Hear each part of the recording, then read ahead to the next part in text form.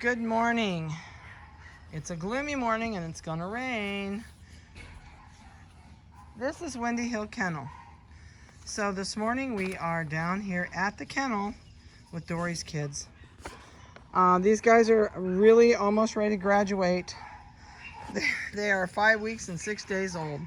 So tomorrow these guys will start coming to the house. Dori is more than ready to be rid of them, I think. She runs from them. They're eating dog food solely.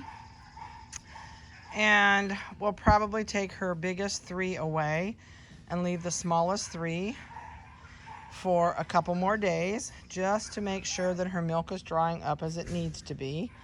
And so then they'll all come away when we know that her milk is dried up. So Vanessa did weights for me this morning and got them all written down. And so we'll look for collars in here if we can find them in a little bit. So for now, royal blue collar is a male, 82.23, 3 pounds, 5.5. It's a chocolate and white, so it must be this little guy sitting over here. Nope, wait a minute. Nope, here he is. He's underneath me right there. Taking off across there. All right. The mauve colored collar, which is a female, is 82.21, 2 pounds, 8 ounces, chocolate and white, which is the one laying down with her face in the grass. Right there is the other chocolate and white one. Next one out here is the light blue collar, and we'll find it in a minute because I can't tell from here.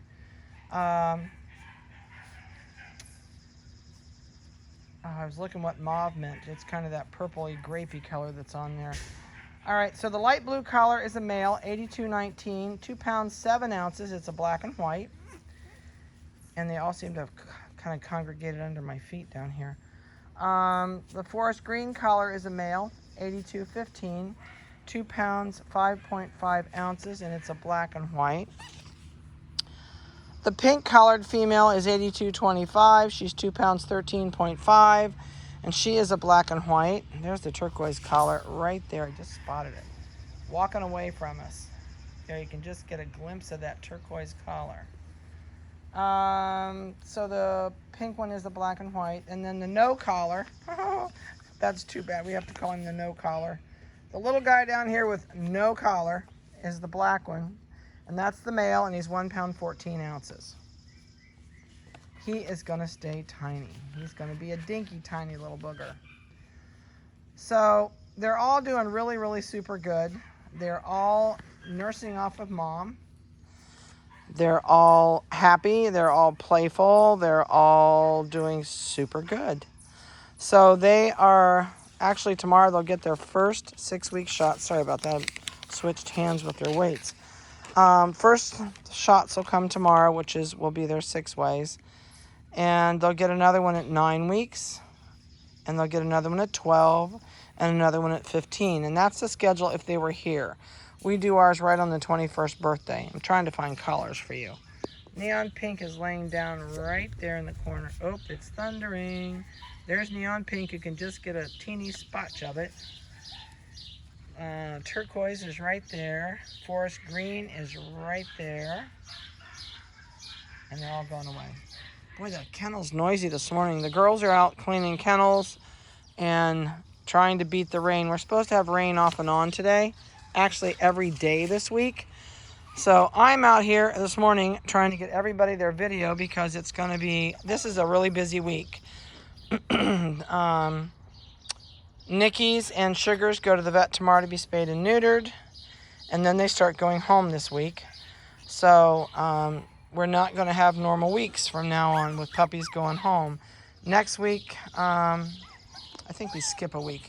Yeah, we skip next week, and then the following week, there's like 3 litters go in for spay and neuter, and then it gets really busy with go homes with them. So we decided we'd better get out here and get it done as quick as we could this morning. So these guys are eating dog food completely. They're using the doggy door to go indoors and outdoors with mom. I'm going to try and move over this direction and see if I can get away from this as much so they don't congregate under my feet. Oops, ran right into the fence. Sometimes they forget, say, I didn't know it was there. He looked at me like, what did I do? They're so funny. I love them at this age. They're so fun to watch. They're busy. That little guy keeps up with everybody else. I'll tell you what. He takes no gruff. If they pick on him, well, he's exploring. He said, I'm looking around to see what's out here. It's tough for him to get through this grass. He's laying down, and that grass is as tall as his back. Oh, he said, they've got a toy that I got to go check out. And it's really surprising. Nobody picks on him. That's one nice thing with Snoodles. They're not, I don't want to say as grumbly as Schnauzers, but Schnauzers are grumbly. Schnauzers will pick on each other, and then when they start to fight, usually they all join in on one poor guy, and then you got to go break it up. So it does make a difference with the disposition between Snoodles and Schnauzers. Schnauzers they're pure terrier, and these just have a part terrier, so it calms that terrier personality way, way down. Makes a big difference.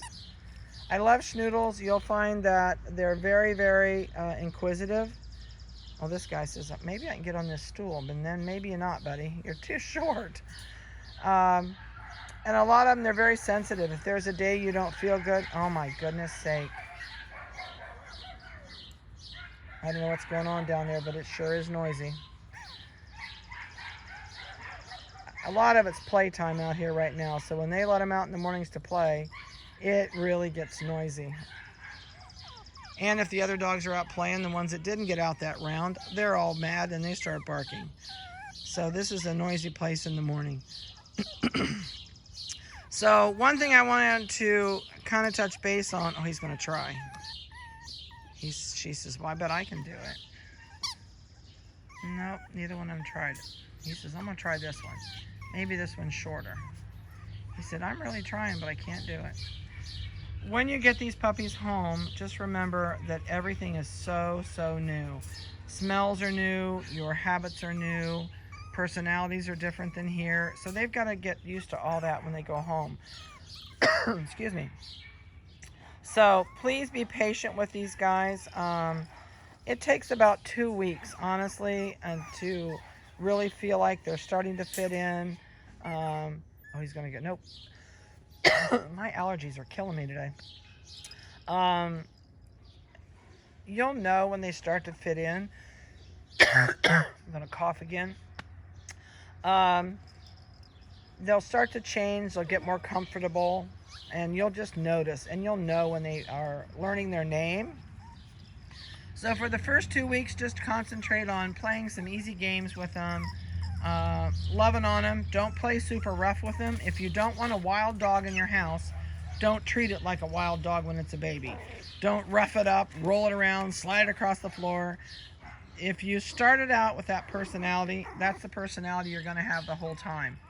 So people always say, I just want a calm dog. Well, if you got a house full of kids that aren't calm, you're not going to have a calm dog, I'm sorry to tell you. They may be calm when the kids go to bed, but during the day, no, they'll be just as ramped up as your household is. So if you're a single household with no kids and just a married couple or a single, if you're gentle with this dog in the beginning, the dog will always be gentle. But if you roughhouse it all the time, you're going to have a dog that just loves to rip and roar. So you just have to decide what you want in your household. I know, I hear you. I also would not teach them to talk. So, oh, and there he says, leave me alone. That was the big spat. Oh, he says, I'm leaving. If you talk to them, like if they yodel at you and make, it's not a growl and it's not a bark, they kind of yodel. If you start yodeling back at them, oh, you're going to have a vocal dog. If you like that, that's cool. But it's kind of like when you get on the phone, the kid goes, Mom, Mom, Mom. Your dog will do that to you when you're not paying attention to it and it's yodeling. It doesn't matter who's there on the phone or whatever. It's going to keep yodeling at you until you respond to it. So just kind of figure out, you're going to lay the path for how this dog is the rest of its life. We've started it off one way. We are not rough and rowdy with them. We don't rough them up. We're as gentle as we can be. We're as calm with them as we can be. And I want them to go home from me like that. And then it's up to you what you do to them. But just be patient. It takes them a little bit for that adjustment period. And they are super smart. They catch on really quick. And if you give them things to do, start a toy box, change their toys. Like every day, now I put different toys out here for all of them this morning than they've seen. If these would have been toys that would have come from their kennel, they'd never touch them. So we pick up toys every day. We put them in the washing machine after we get a laundry basket full. And we re-wash their toys. And then I don't dry them in the dryer. It costs too much electric. We just put them in an open basket and they dry automatically. I mean, it's amazing how quick they dry, especially if you've got an air conditioning in your house. That air conditioner will dry them right out. But they love it when they get new toys every day. It's like Christmas to them. Some days we'll give them squeaky toys. Some days we'll give them rattle toys. Some days we'll give them chew toys. And when they hit about 5 or 6 weeks old, we're going to give them bones. So they get, introduced to a lot of different things. When they come to the house this week, they're going to start on their carrots, because we're doing carrots for treats. They'll still get their vitamins in the house every morning. We give those to them every single morning, and they get them out here. They're going to start on they've already been on cottage cheese, so that's nothing new. They get cottage cheese every morning. I do not put it in their food. We put it in a separate bowl. And I don't know, for the group, we probably feed them 5 heaping tablespoons full. So when you get them home, just a tablespoonful is plenty. It gives them extra calories. I do feed free choice, which is different than a lot of people have ever fed. Where'd the little black one go? Is he he's going under the stool, or he's laying over there by it. He's chewing on something, I think. I've been expecting him. Oh, there he goes. I bet he's crawling under that stool. I fully expect to see him come out this other side in a minute. My mind just lost me. Isn't that awful? Can't remember what I was going to tell you when I got. Oh, yes, nope, he's not. Anyway, cottage cheese gives them extra calories because they do feed free choice. And a lot of you have never done that or don't know anything about it. So I feed 24 hours a day. There's always a bowl of food in front of these puppies. They can walk over and eat it whenever they want. So they never overeat. They never get fat. I don't have to worry if they're getting enough to eat. I never check. People say, well, how much are they eating? I have no clue. We have done this so long, we can tell by the way they feel that they have a belly. We know when they've all pooped during the day. We can tell how they play. Your dog feces is your guide to how, oh shit, this one's going under from this side. It's the kind of your guide to how your dog is.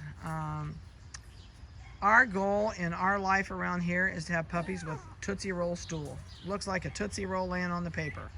That's what I like to see.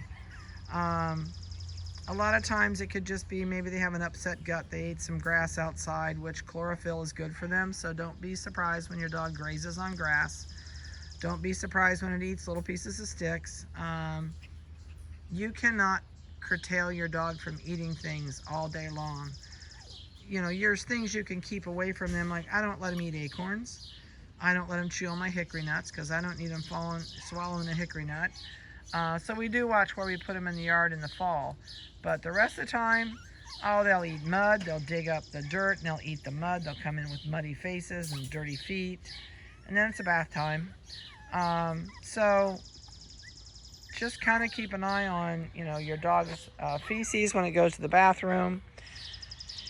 And your vet will also do a stool sample for you when you go to the vet and check your puppy to make sure that everything's good with the puppy. So that's also gives the vet a guide for that too. Another thing, if you don't have a fenced-in yard, this is a 24-inch tall X-pin. A 24-inch tall with a litter this size, I think would be absolutely fine for the whole life of the dog.